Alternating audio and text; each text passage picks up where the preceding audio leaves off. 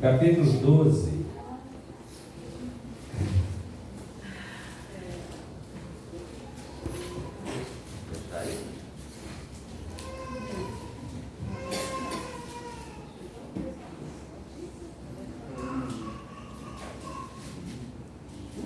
Não, desculpa, não é a primeira, não, é a segunda carta.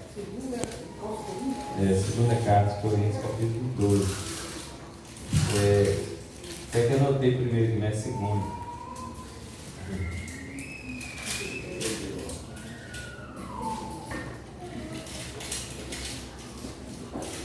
A gente vai ler 10 versículos.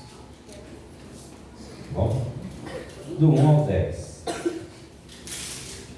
Reverência à palavra de Deus, coloque de pé, se você pode.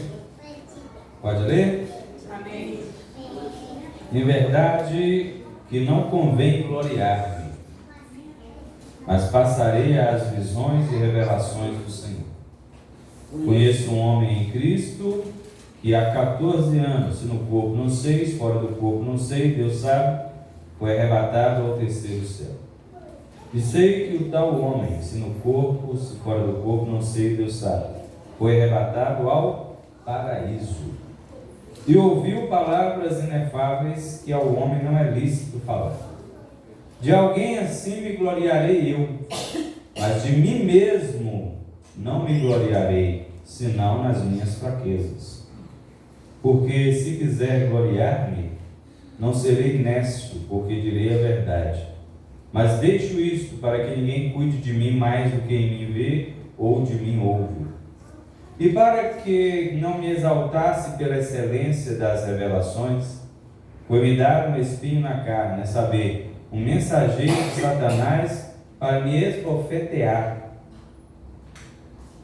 a fim de não me exaltar. Acerca do qual 3 vezes orei ao Senhor para que se desviasse de mim. E disse-me: a minha graça te basta, porque o meu poder se aperfeiçoa na fraqueza. De boa vontade, pois, me gloriarei nas minhas fraquezas, para que em mim habite o poder de Cristo. Por isso sinto prazer nas fraquezas, nas injúrias, nas necessidades, nas perseguições, nas angústias por amor de Cristo, porque quando estou fraco, então sou forte. Amém. Amém? Vamos orar mais uma vez. Obrigado, Senhor. Agora a tua palavra será ministrada e é somente pela direção do Senhor, ou do teu Espírito Santo, que guia ela no lugar certo, ao coração certo, Senhor. Sabemos que há vários tipos de corações, mas aquele que produz algum fruto é aquele preparado, a boa terra, arado, para receber como palavra do Senhor, edificar os santos e eles produzir frutos no teu reino. Então o Senhor faça isso em nome do Senhor Jesus. Amém. Amém. Amém. Aleluia, Jesus. Glória. Irmão, o título dessa mensagem é um título assim meio paradoxal, mas é isso que a gente vai ver. Que espinho abençoado. Repete esse aí. Que espinho abençoado. Esse é o título dessa mensagem. Hoje, então, a gente vai falar de um tema estranho para a sociedade atual: a humildade. Tá? A humildade não é mais, hoje em dia, considerada uma virtude. Ela é tida como uma fraqueza perante a sociedade. Ela não é mais buscada como era antes. Ela, na verdade, hoje é rejeitada. Ela é confundida com pequenez, impotência, mas está errado. Ela não significa isso, ela é forte. A humildade é muito forte.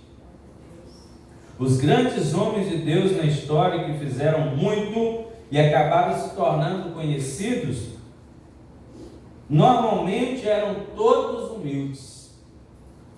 Aqueles que não eram no começo foram humilhados de alguma forma e acabaram aceitando a condição de humildes e assim cresceram muito mais diante do Senhor e dos homens. A humildade pode ser estranha à sociedade atual, mas não deve ser estranha à igreja. Não para a igreja de Deus. Nós vemos vários versículos na Bíblia onde o Senhor diz que os humilhados, ou quem se humilha, Deus exaltará. Né? Os humildes serão exaltados. Nós vemos nas bem-aventuranças que o reino dos céus pertence aos humildes de espírito. Não é para todos, é para os humildes de espírito. Vendo? E outra coisa é que a humildade nunca perderá a validade, como os homens supõem. Se antes a sociedade achava que ser humilde era uma coisa boa e hoje ela não acha mais, porque de alguma maneira aconteceu lá que eles acham que hoje isso não é mais importante. Caducou, perdeu a validade. Mas a Bíblia diz não é assim.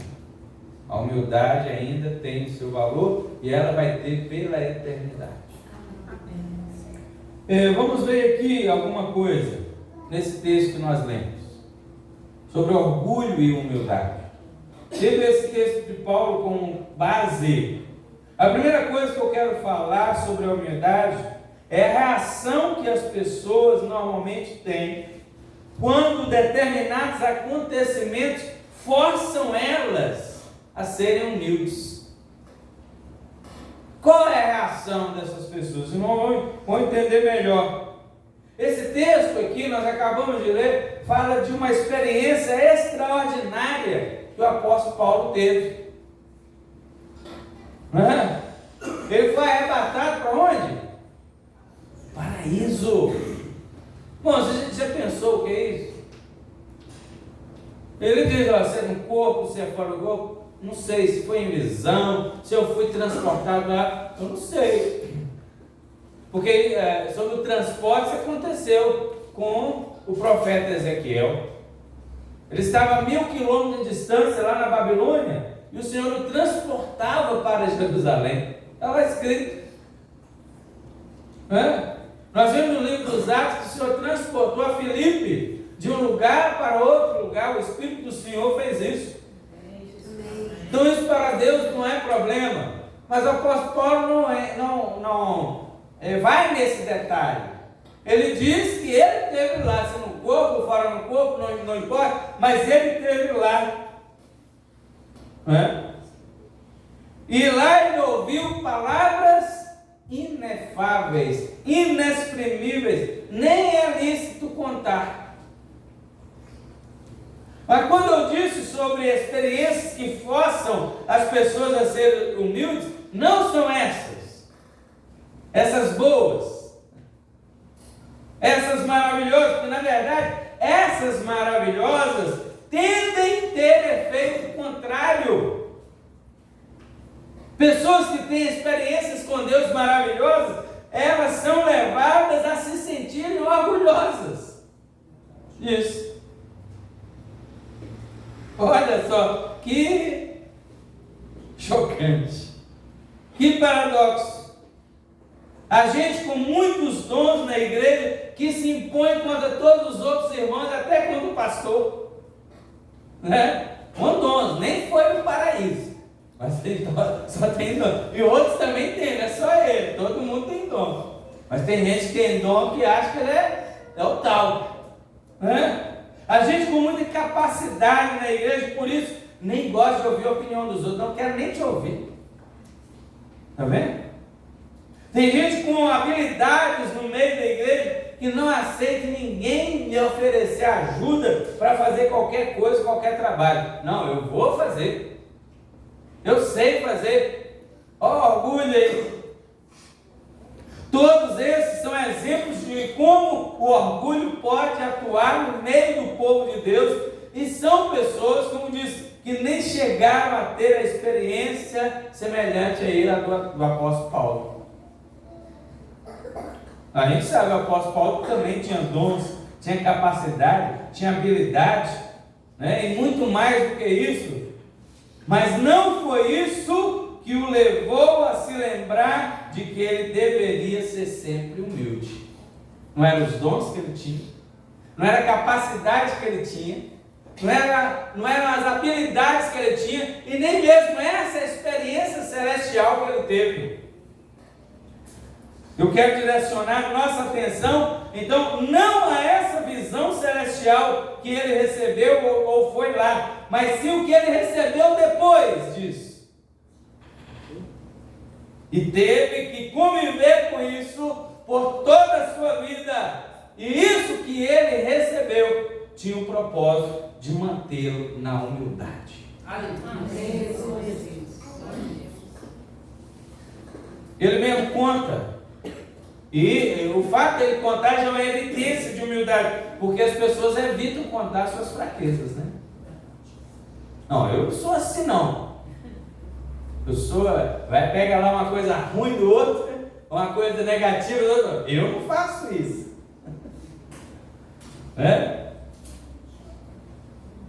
As pessoas tendem a se mostrar sempre fortes e capazes para que ninguém perceba as suas limitações.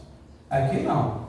O apóstolo conta que, para impedir que ele se tornasse arrogante e orgulhoso, por causa da grandeza dessa revelação que ele recebeu, foi-lhe concedido o quê? Um espinho na carne, para ficar humildezinho. Não foi a revelação que deixou ele humilde. Olha. Então, com isso, a primeira possível reação que o apóstolo teve é a reação de todos nós. O que nós fazemos? Como que nós reagimos às coisas, aos espinhos da vida? A gente quer eliminar os espinhos. A gente quer eliminar aquilo que nos incomoda, que nos atrapalha. Nossa, Deus! Tem que conviver com isso. No nosso caso, né? Assim, lutamos com as nossas forças, com as nossas armas, lutamos até com as armas do outro. Ó, cada pedra que você jogar em mim, eu vou te devolver. Né? Com as armas dos outros, a gente luta com as nossas, e eu vou pegar mais para te jogar também.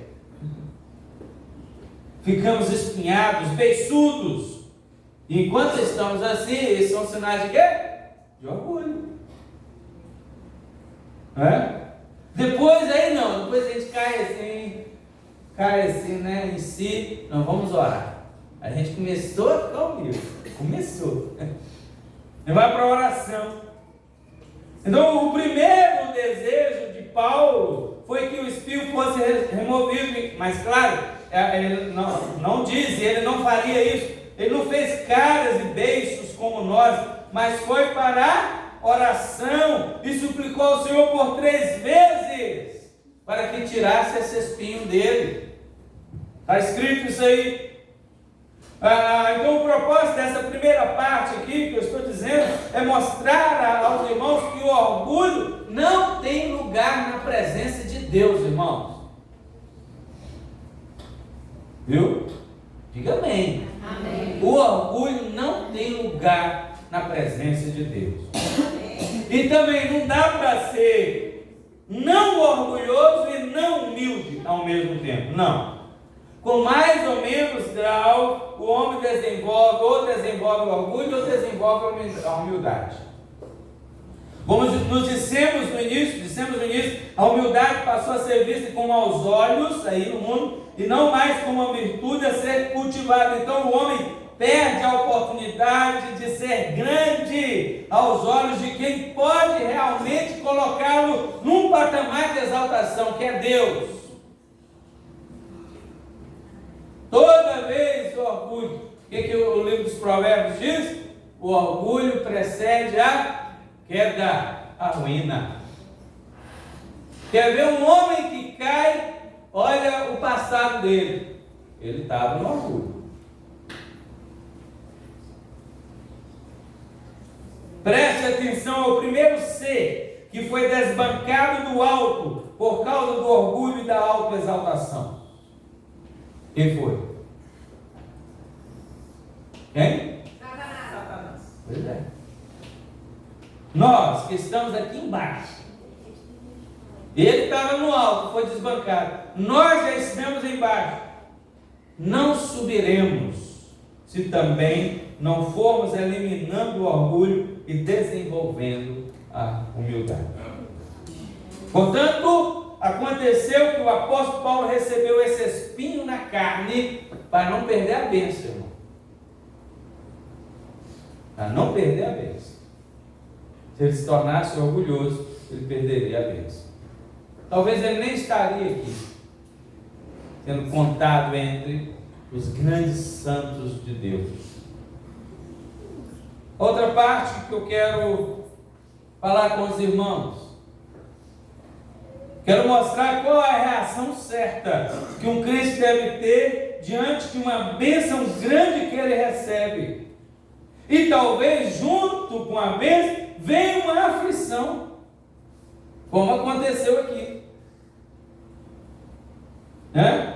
Sabemos também que o apóstolo, ao receber esse espinho na carne, o que ele foi fazer? Foi para a oração, para que esse incômodo, para que esse espinho fosse retirado. Mas a resposta que ele recebeu é de dar choque em qualquer um que não seja espiritual.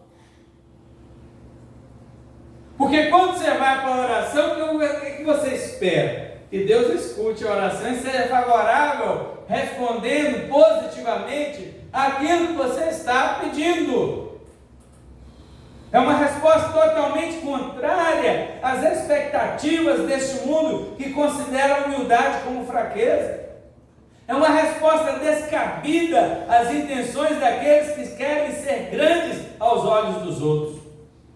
A resposta que veio foi que esse espinho na carne, esse sofrimento era uma bênção.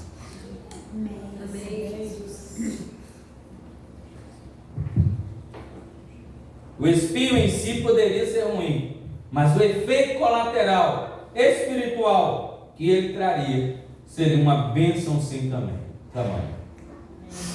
Esse espinho traria, como trouxe, uma mansidão e uma humilhação tamanha que a graça e a força de Cristo teriam sua melhor manifestação na vida do apóstolo. Amém. Às vezes a gente pede bênçãos de Deus e Ele concede, né? Sempre, mesmo sem pedir, Deus abençoa, né? Quanto mais pedindo. Deus sempre abençoa o seu povo. Mas não podemos ser imaturos ao ponto de achar que todas as bênçãos vêm desacompanhadas de testes de fé. Dos testes de fé. Não. A Bíblia diz que o Senhor prova o justo. Salmo 11, né? Verso 5 diz lá: o Senhor prova o justo. Está vendo? Algumas dessas bênçãos vêm, sim, podem vir sem testes de fé. Ou talvez é um teste tão básico que a gente nem percebe. Mas não todas. Especialmente as grandes bênçãos, as maiores, as melhores, que poderão levar o crente a lugares mais altos. Essas, eu poderia afirmar para os irmãos, não vêm senão sem grandes testes de fé. Mas ao invés de Paulo se chatear porque Deus não respondeu a oração dele como ele queria, ou respondeu ao contrário. Já ouviu falar de gente, o irmão está orando ao contrário. O pessoal fala assim, oração contrária. Mas não. Ao invés dele se chatear porque Deus não respondeu a oração como ele queria, ou ele respondeu ao contrário do que ele queria, ele, irmãos, preste atenção nisso, ele entrou num novo estágio em sua relação com o sofrimento e também em sua relação com Deus. E aqui eu acho que nos assustamos mais ainda, porque por seu próprio testemunho, ele não afirma, ele não diz assim, a partir de agora eu vou tolerar esse espinho. Paulo não fala isso. Estão ouvindo? Amém. Sabe aquelas coisas que não, tipo assim, a gente fala assim, já que não tem como eu ficar livre desse negócio, então eu vou ter que tolerar. Não é isso que Paulo falou.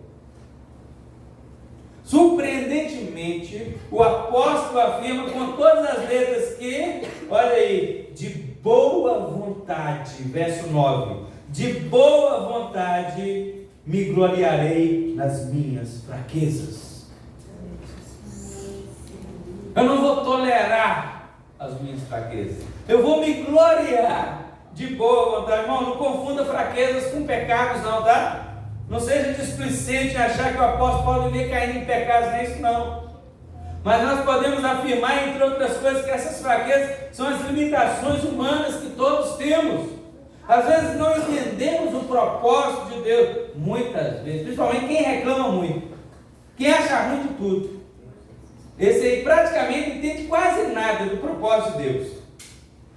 Então passa por uma provação ou privação. Então tende a reclamar, a achar ruim com Deus, achando que Deus vai resolver logo, e Ele demora ou não resolve, e se entristece, e lamenta, porque isso acontece comigo, toda vez que o pão vai cair, o meu pão dos outros cai para cima, a manteiga do meu cai só para baixo, toda vez que eu estou na rua, o passarinho vai fazer as necessidades, só faz na minha cabeça, ô dó,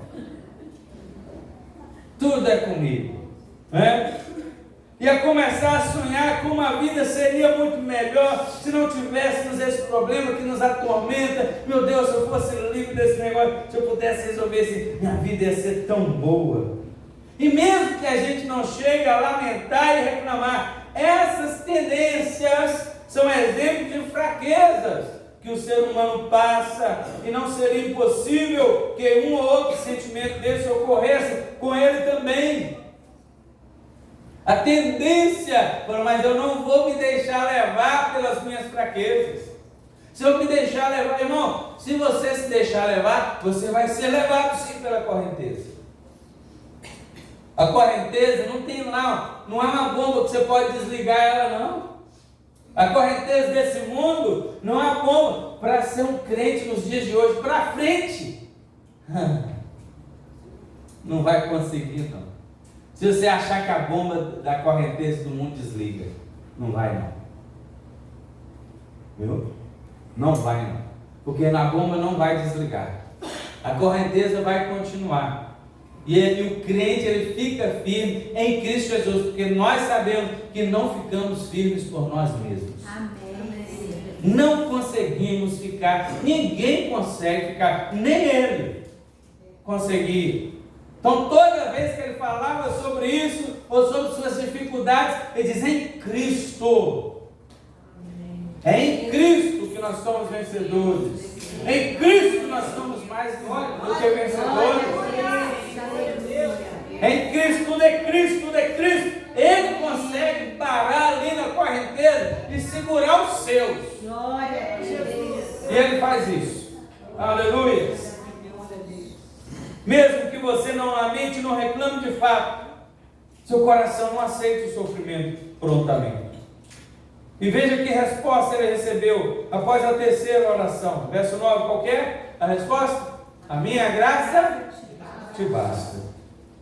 A graça de Jesus passou a pertencer a Paulo. Veja que a aflição dele não era algo simples.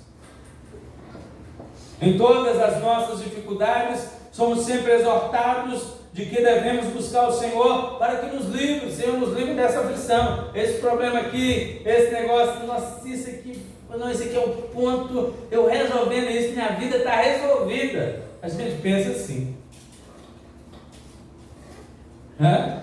O apóstolo buscava o Senhor para que livrasse desse mensageiro de Satanás. Era um mensageiro de Satanás, diz aí o verso 7. Talvez na primeira vez em que ele recebe esse murro, ou esse soco, desse mensageiro maligno, ele tenha ficado admirado. Como é que o Senhor permite uma coisa dessa? Talvez. Aí ele vai para a oração: Senhor, o que é isso? O que está acontecendo? Mas aí vieram outros golpes, e mesmo orando, ele vê que Deus não está intervindo. Nesse caso específico, nesse ponto específico, O mensageiro das trevas não cede e ainda recebe permissão para golpeá-lo mais e mais. E ele continua a orar, na verdade nem orou muito, né? Na terceira vez, o Senhor respondeu a sua oração. É bom quando Deus responde a oração logo, né? Mas não foi a resposta que a gente espera. Nem sempre é a resposta que a gente espera. Como foi o caso aqui? Humanamente falando, essa não foi uma resposta favorável, mas os entendidos das coisas de Deus vão considerar essa resposta de oração favorável. Às vezes, meus irmãos, teremos de suportar socos dos mensageiros de Satanás, enquanto o Senhor vai te enchendo de graça. Amém. Glória a Deus. É um soco hoje, aí no final do dia Deus te dá graça. É um murro amanhã, aí Deus te enche de graça. É uma porrada depois da manhã, Deus te enche de graça. A minha graça te vai. Minha graça te vai. Aleluia. E o resultado é que agora Paulo chega no estágio. Você viu que ele disse que gloria nas fraquezas? Olha o estágio agora. Ele chega num estágio que não apenas se gloria nas fraquezas, mas o verso 10 diz que ele sente prazer. Né? Absurdo. Coisa absurda. Olha aí o que ele diz. Por isso sinto prazer nas fraquezas, nas injúrias, nas necessidades, nas perseguições, nas angústias por amor de Cristo. Porque tudo é por Cristo. Se é por Cristo, irmãos, isso não é masoquismo. Presta atenção, é que ele entendeu o propósito de Deus de ter enviado o mensageiro de Satanás. Quando você entende o propósito de Deus, você chega onde Deus quer. Paulo chegou onde Deus queria e ele entendeu que o lugar de humilhação é o lugar da bênção, é o lugar do poder, é o lugar da alegria. Glória a Deus. A última parte agora nós vamos, eu desejo fazer comparações dessa reação de Paulo com as nossas reações na busca pela humildade. Uma coisa é certa, você está aí, todo cristão sabe que ele precisa ser humilde. Todo cristão precisa ser humilde, sim ou não? Sim. Todo cristão sabe disso, mas ao mesmo tempo, o cristão recebe diariamente informações do mundo de que a humildade é uma característica de quem é pobre, fraco e aceita ser tratado como um capacho. Essa é a informação que todo dia nos recebemos. Já falamos que não é isso. Mas como fazer para ser humilde? Uma das coisas que o crente precisa fazer para conseguir ser humilde é buscar a humildade. Não só orar por ela, mas buscar. Como? Provavelmente todo mundo passa por dois estágios de buscar a humildade. No primeiro estágio ele foge dela. Foge da humildade. Como? Parece uma contradição, mas o crente fica orando: Senhor, me dá humildade. E quando uma situação aparece que ele vai ser humilhado, ele foge. Ele tem medo e foge. Ou seja, ele ainda não aprendeu a buscar a humildade a qualquer custo. Por quê? Ele vive evitando algo humilhante para ele. Ele evita isso. Ele sabe que ser humilde é um alvo, do cristão. Ele tenta obedecer, mas na hora H ele falha. Ele foge da humildade. Ele até ora com sinceridade para ser humilde, mas no seu coração ele não quer muito ser humilde, porque ser humilde ele vai ter que passar por humilhação, e ninguém gosta, né? Então ele ainda não chegou no ponto de dizer, como o apóstolo Paulo diz aqui: glorie nas fraquezas e até alegro nas fraquezas e nas necessidades. Como chegar ao nível de entendimento do apóstolo Paulo e vê-lo como um exemplo a que busquemos também a humildade? O que poderá nos levar a ser humildes verdadeiramente segundo a vontade divina? Esse é o segundo estágio. Obter o que Paulo obteve. Uma bênção grande poderá muito bem fazer isso. Todo mundo gosta de bênçãos, né? Claro, não era para membros. Mas com a chegada da bênção grande, também chega o perigo da autoexaltação, do orgulho, né? Vemos isso na vida do apóstolo. O perigo de exaltar-se estava chegando muito perto dele. Ele reconhece isso. Ele diz: para que eu não me exaltasse. Irmão, olha que humildade, né? A pessoa fala: para eu não me exaltar, Deus fez isso. Botou um espinho aqui. Ele, em outras palavras, ele queria dizer assim: eu estava quase, né? Eu estava indo, né? O orgulho, a autoexaltação estava chegando perto de mim. E esta é uma lição que precisamos aprender. Pode haver intensa consagração, zelo fervoroso, experiência celestial, e ainda assim, se essas experiências não forem impedidas por procedimentos especiais do Senhor, vem aí uma autoexaltação inconsciente ou consciente. E muito nego aí no público que está, pulando de orgulho, não é do espírito, de ser orgulhoso. E muitos se autodenominando aí, agora ser pastor, né? Ser pastor é fichinha, agora tem que ser de bispo para cima. Não, o que eu sou? Eu sou bispo. O que eu sou? Eu sou profeta. O que eu sou? Eu sou apóstolo. O que é? Tem alguns que estão falando que é arcanjo. Que isso? Estão falando que é arcanjo. Daqui um dia vai falar que é Cristo, né? Do jeito que vai, né? Está entendendo? Está vendo como que recebe uma coisa? Não vamos negar que pode ser que tenha acontecido de receber grandes coisas de Deus. Mas o orgulho estava perto e se apoderou dele. E a maior prova disso é olharmos para nós mesmos.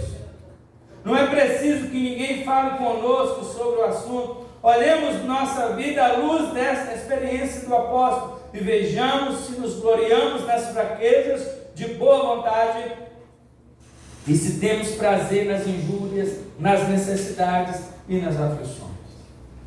Irmãos amados, não é fácil para mim dizer isso, pois todos nós estamos no mesmo barco, mas a resposta que o apóstolo Paulo recebeu é a mesma para nós: a minha graça te basta. A graça de Jesus é tudo que nós precisamos para nós. Ela basta para nós como bastou para o apóstolo Paulo. Se o apóstolo Paulo, liberto dos murros de Satanás, né? Como ele orou para que se ele fosse liberto e isso tornasse mais forte, o que queria acontecer? Ele teria menos necessidade da graça de Jesus operando na vida dele, não é? Mesmo sendo constantemente atacado e golpeado, como esse mensageiro de Satanás fazia, ele ali conseguia realizar suas tarefas. Ele viajava, ele pregava, ele anunciava o evangelho, ele ia daqui para ali, de lá para cá, e de lá para outro lugar, e ele falava com uma pessoa, com 10, com 100, com quantas ele encontrasse, ele anunciava o evangelho. Pelas mãos dele, sinais e milagres eram operados também. E ele conseguia realizar essas tarefas unicamente pelo poder de Jesus Cristo, mesmo tendo esse espinho na sua casa. E é aqui que o orgulho é golpeado, pois quem aparece não mais é o homem, mas Cristo. Amém. Cristo que aparece, Cristo aparecendo em nossa vida, é isso que importa. Amém. Ele que tem que se tornar visível e cada vez maior. É preciso que levemos a sério a palavra que diz que não devemos viver para nós mesmos, mas Cristo viver em nós. Amém. Paulo, enfim, compreende que se sua fraqueza, suas injúrias, suas necessidades servir para resplandecer de modo especial o poder e a glória de Cristo, então ele concorda com esse espírito. Amém. Olha o fim do verso 9. A razão de aceitar toda essa humilhação é o quê? Para que em mim habite o quê? O poder de Cristo. O poder de Cristo. Todo mundo fica buscando poder, né? De Cristo. Aquela igreja que tem poder, que o pastor tem poder, que o pregador tem poder. O que é poder, gente? Olha a palavra de Deus aí. Muitos querem poder hoje em dia, mas nenhum deles quer passar pelo processo da humilhação. Eles querem forçar o Espírito Santo a usá-los. E quando eles não conseguem, eles que querem usar o Espírito Santo, né? Mas o Senhor, por que, irmão? O Senhor não tem compromisso com o orgulhoso, não. O Senhor tem compromisso com o humilde de espírito. Amém. O orgulhoso, você vê, tem certos orgulhosos, você vê direto ele está caindo. Parece que ele não aprende, né? Pô, tem orgulhosos, às vezes, que você conhece, todo mês ele está na queda, né? O chamado cristão é a humildade, meus irmãos. O vaso é de barro. Lembra que o vaso é de barro. Amém, Jesus. O apóstolo Paulo diz isso, segunda carta em mesmo, capítulo 4. Vaso, tesouro em vasos de barro. Porque esse vaso que revela que a excelência do poder é de Deus e não de nós. Amém, Jesus. Às vezes eu falo assim com as pessoas que vêm falar de outras pessoas. Eu não gosto que ninguém fale de pastor comigo. Fala mal de pastor. Eu sei o que acontece, né? Eu estou querendo dizer assim, a pessoa criticar, não é contar uma experiência, é dizendo de criticar, como o mundo faz, né? E passa a rir e a zombar, é isso que eu estou dizendo. Eu falo assim, para alguns eu falo assim, ó, o telhado de todo mundo é de vidro. Né? O telhado de todo mundo é de vidro, inclusive o meu. Então eu não gosto que o mundo. Falei para os irmãos que eu tenho um grupo, né? Aí, que tem várias pessoas do mundo. Quando manda alguma coisa lá para o pastor, eu, na hora. A igreja é diferente. Né? Quando vai falar, não é no sentido de criticar. Né? Às vezes é de pedir uma oração, às vezes é de ver como que a situação está acontecendo, porque eu olho para a situação e eu também me vejo como espelho, ou ele como espelho, para que eu seja ou siga o mesmo exemplo, ou se o exemplo não for bom, eu siga diferente. Mas não aceito o mundo falar mal de pastor para mim. Né? Criticar. Deixa que Deus vai cuidar dele. O mundo lá não sabe de nada, não entende nada das coisas de Deus. Mas eu quero concluir aqui, irmãos. À medida que o tempo passa, o cristão deve ir se preparando mentalmente e espiritualmente para se ajustar àquilo que ele recebe como provas e lutas, para que ele não sofra tempo demais se alinhando ao chamado de Deus para a sua humildade. Quanto mais você resiste, o que Deus faz? Humilha mais. Amém aí? Amém. Amém aí, irmão? Quanto mais você resiste, Deus humilha mais.